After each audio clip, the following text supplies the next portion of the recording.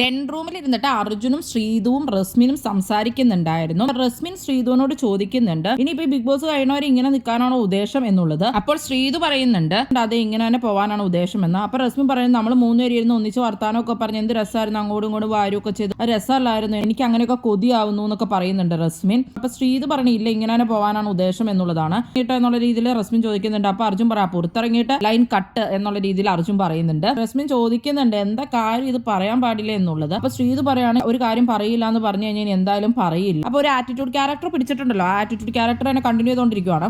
Den റൂമിലെ ആ സ്റ്റാൻഡിൽ ശ്രീതുവിന്റെ ഫോട്ടോ ഫ്രെയിം വെച്ചിട്ടുണ്ട്, അതിന്റെ മുകളിൽ അർജുന്റെ ഫോട്ടോ ഫ്രെയിം വെച്ചിട്ടുണ്ടായിരുന്നു. അവരപ്പോ കഴിഞ്ഞ ആഴ്ച തൊട്ട് അവിടെ വച്ചേക്കണേ. അത് അപ്പൊ അതിന്റെ ശ്രീതു പറയാണ് ഈ ഫോട്ടോ ഫ്രെയിം ഒക്കെ ഇവിടെ നിന്ന് എടുത്തുകൊണ്ട് പോകണം എന്നുള്ളത്. നന്ദനയുടെ ക്യാപ്റ്റൻസി തുടങ്ങിയ പിന്നെയാണ് എല്ലാവർക്കും ചേഞ്ച് വന്നിട്ടുള്ളത്. ഫേക്കാണ് കുറച്ച് പേരെന്ന് തോന്നിയിട്ടുള്ളത്. പിന്നെ ബിഹേവിയറിൽ മാറ്റങ്ങൾ വന്നിട്ടുണ്ട്. അപ്പൊ ഈ ക്ലൂ കൊണ്ട് കണ്ടുപിടിക്കുക എന്നൊക്കെയുള്ള രീതിയിലാണ് ശ്രീതു സംസാരിച്ചിട്ടുണ്ട്. ഈ ക്ലൂ കൊണ്ട് എന്ത് മനസ്സിലാവാനാണെന്നൊക്കെ റസ്മിനും അർജുനും ഒക്കെ പറയുന്നുണ്ട്.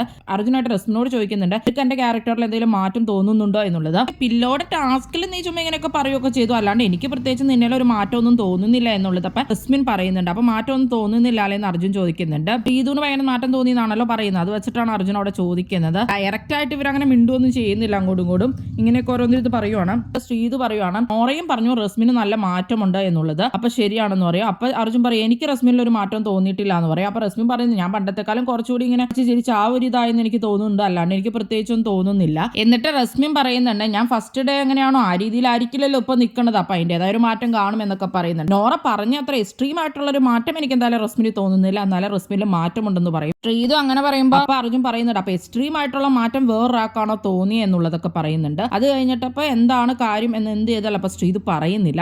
പറയുന്നുണ്ട്, നിനക്ക് എന്തെങ്കിലും ചോദിക്കാണ്ടെങ്കിൽ നീ ചോദിക്കുന്നു പറയുന്നുണ്ട് അർജുനോട്. ശ്രീതുവിനെ മുമ്പിൽ തന്നെ വെച്ചിട്ടാണ് പറയുന്നത്, ഞാൻ എന്തെങ്കിലും ഒരു മിസ്അണ്ടർസ്റ്റാൻഡിങ്ങോ അല്ലെങ്കിൽ എന്റെ ഭാഗത്ത് തെറ്റുണ്ടെങ്കിലോ എന്താ കാര്യം എന്ന് പറയാനുള്ള എല്ലാ ഇതും അവൾക്ക് കൊടുത്തിട്ടുണ്ട്. ഒക്കെ അപ്പൊ അത് പറയാലോ, അല്ലാണ്ട് പറയാണ്ട് ഞാൻ എങ്ങനെ അറിയുന്നത്, എന്റെ സൈഡിൽ നിന്നാണ് തെറ്റുണ്ടായിട്ടുണ്ടെങ്കിൽ ഞാൻ അക്സെപ്റ്റ് ചെയ്യാനും റെഡിയാണ്, അല്ല ഞാൻ എന്താണെന്നുള്ള എന്റെ ഭാഗം ക്ലിയർ ചെയ്യാൻ പറ്റും, എനിക്ക് കാര്യം അറിയാതൊന്നും പറ്റില്ല, ഇനി പ്രത്യേകിച്ച് അവളോടൊന്നും ചോദിക്കാനില്ല എന്നാണ് അപ്പൊ അർജുൻ പറയുന്നത്. ശ്രീതു അപ്പൊ എന്തായാലും പറയില്ലെന്ന് വാശി പിടിച്ചിരിക്കുകയാണ്. അപ്പൊ ശ്രീതു നന്ദനയുടെ ക്യാപ്റ്റൻസി വന്നതിന് ശേഷമാണ് ആ ഒരു രീതിയിലൊക്കെയാണ് പറയുന്നത്. അപ്പൊ റസ്മിൻ അതിന്റെ ഇടയ്ക്ക് ചോദിച്ചിട്ടുണ്ടായിരുന്നു, ടീം തിരിച്ചതിന്റെ ആണോ, ടീമിലുള്ള ഇതാണോ എന്നൊക്കെ. അപ്പൊ ഒന്നും ശ്രീതു ഒന്നും പറയുന്നില്ല. അപ്പൊ എന്തായാലും വളരെ മോശമായിട്ടുള്ള രീതിയിൽ ശ്രീതു പെരുമാറുന്ന പോലെയാണ് തോന്നുന്നത്. കൃത്യമായ ഒരു കാരണം പറഞ്ഞിട്ട് ശ്രീതുവിനെ അവോയ്ഡ് ചെയ്യണമെങ്കിൽ അവോയ്ഡ് ചെയ്യാം. ഇത് ഒരുമാതിരി മറ്റൊരാളെ കുറ്റക്കാരനാക്കുകയും അയാളെ ബുദ്ധിമുട്ടിക്കുകയും ചെയ്യുന്ന രീതിയിൽ തന്നെയാണ് ശ്രീതുവിന്റെ ഒരു പെരുമാറ്റം. എന്തായാലും അയാളുടെ ഫീലിംഗ്സിന് ഒരു വിലയുമില്ലേ. ഇത്രയൊക്കെ കൂട്ടായിരുന്നിട്ട് ഒരു കാര്യം പറയാൻ പറ്റുന്നില്ല ശ്രീതുവിനെങ്കിൽ പിന്നെ ഫ്രണ്ട്ഷിപ്പിൽ വലിയ കാര്യമൊന്നുമില്ല, മറ്റൊരാളുടെ ഫീലിംഗ്സിനെ ഹേർട്ട് ചെയ്തുകൊണ്ടിരിക്കുകയാണ്.